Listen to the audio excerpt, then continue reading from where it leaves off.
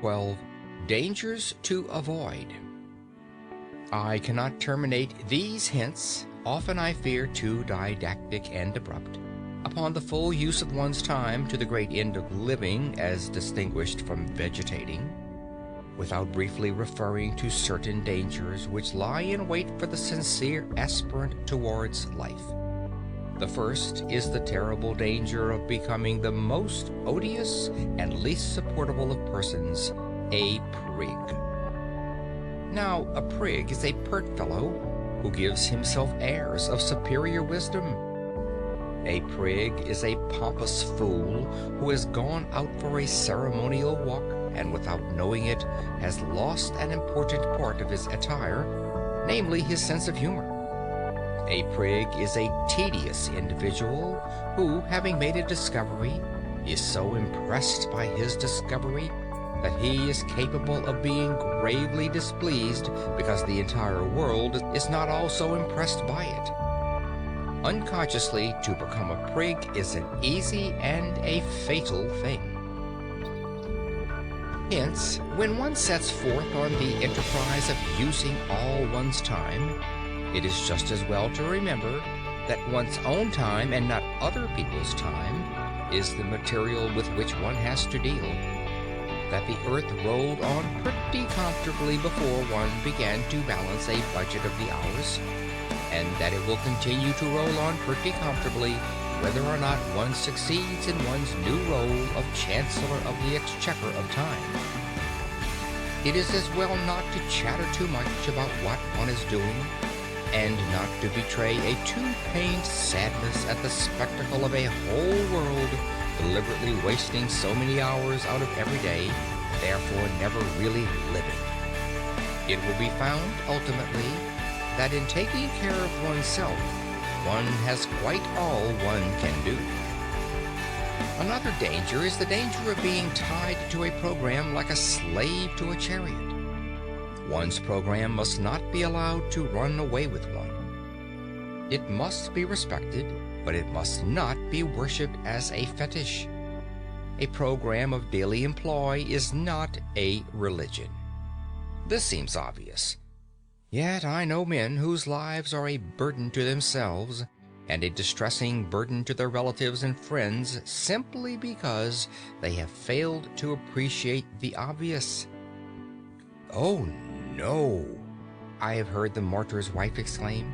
"Arthur always takes the dog out for exercise at 8 o'clock, and he always begins to read at 8:45, so it's quite out of the question that we should," etc., etc. And the note of absolute finality in that plaintive voice reveals the unsuspected and ridiculous tragedy of a career. On the other hand, a program is a program, and unless it is treated with deference, it ceases to be anything but a poor joke. To treat one's program with exactly the right amount of deference, to live with not too much and not too little elasticity, is scarcely the simple affair it may appear to the inexperienced. And still another danger is the danger of developing a policy of rush, of being gradually more and more obsessed by what one has to do next. In this way, one may come to exist as in a prison, and one's life may cease to be one's own. One may take the dog out for a walk at 8 o'clock and meditate the whole time on the fact that one must begin to read at 8:45 and that one must not be late. And the occasional, deliberate breaking of one's program will not help to mend matters. The evil springs not from persisting without elasticity in what one has attempted, but from originally attempting too much, from filling one's program till it runs over. The only cure is to reconstitute the program and to attempt less. But the appetite for knowledge grows by what it feeds on. And there are men who come to like a constant, breathless hurry of endeavor.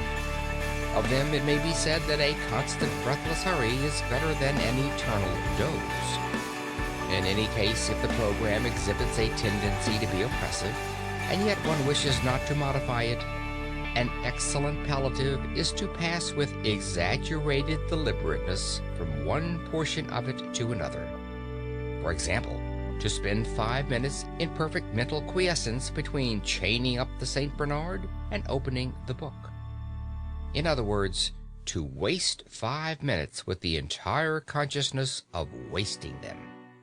The last and chiefest danger which I would indicate is one to which I have already referred, the risk of a failure at the commencement of the enterprise.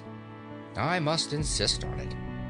A failure at the commencement may easily kill outright the newborn impulse toward a complete vitality, and therefore every precaution should be observed to avoid it. The impulse must not be overtaxed. Let the pace of the first lap be even absurdly slow, but let it be as regular as possible. And having once decided to achieve a certain task, achieve it at all costs of tedium and distaste. The gain in self-confidence of having accomplished a tiresome labor is immense. Finally, in choosing the first occupations of those evening hours, be guided by nothing whatever but your taste and natural inclination. It is a fine thing to be a walking encyclopedia of philosophy. But if you happen to have no liking for philosophy, and to have a like for the natural history of street cries, much better leave philosophy alone and take to street cries. End of chapter 12. End of How to Live on 24 Hours a Day by Arnold Bennett. This book recorded by Phil Shinnebear.